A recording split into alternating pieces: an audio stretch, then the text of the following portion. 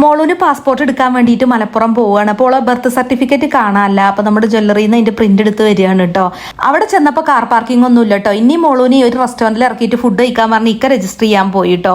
ഇക്കാക്ക് പാസ്പോർട്ട് പുതുക്കാനാണ്. ഞാൻ മന്തിയൊക്കെ തിന്ന് കഴിഞ്ഞപ്പോഴാണ് കേട്ടോ മനോഹരമായ കാഴ്ച കണ്ടത്. ഒന്നാമത് ഇപ്പോൾ ഒരു മാസത്തോളമായിട്ട് ജിമ്മിലൊക്കെ പോണോണ്ട് തന്നെ മധുരി ഐറ്റംസ് ഒന്നും തിന്നാറില്ല.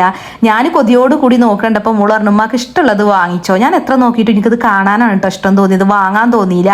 മോള് എന്താണെങ്കിലും ഒരു വാങ്ങിച്ചോ വാങ്ങിട്ടോ. എന്നിട്ട് നല്ല ടേസ്റ്റ് ഉണ്ട് എന്ന് ഒരു പീസ് എനിക്കും വായിൽ വെച്ച് തന്നു. അപ്പോഴേക്കും ഓക്ക് രജിസ്റ്റർ ചെയ്യാനുള്ള ടൈം ആയിട്ടോ. 2 മണിക്കൂറുണ്ടല്ലോ ഞാൻ പുറത്തോലെ വെയിറ്റ് ചെയ്തിട്ടോ. എന്നിട്ടാണ് രണ്ടാളും ഇറങ്ങി വന്നത്. ഇക്ക പിന്നെ ഫുഡ് കഴിക്കാത്തതുകൊണ്ട് ഞങ്ങൾ നേരെ റെസ്റ്റോറൻറ്റിലേക്കാണ് പോയത്.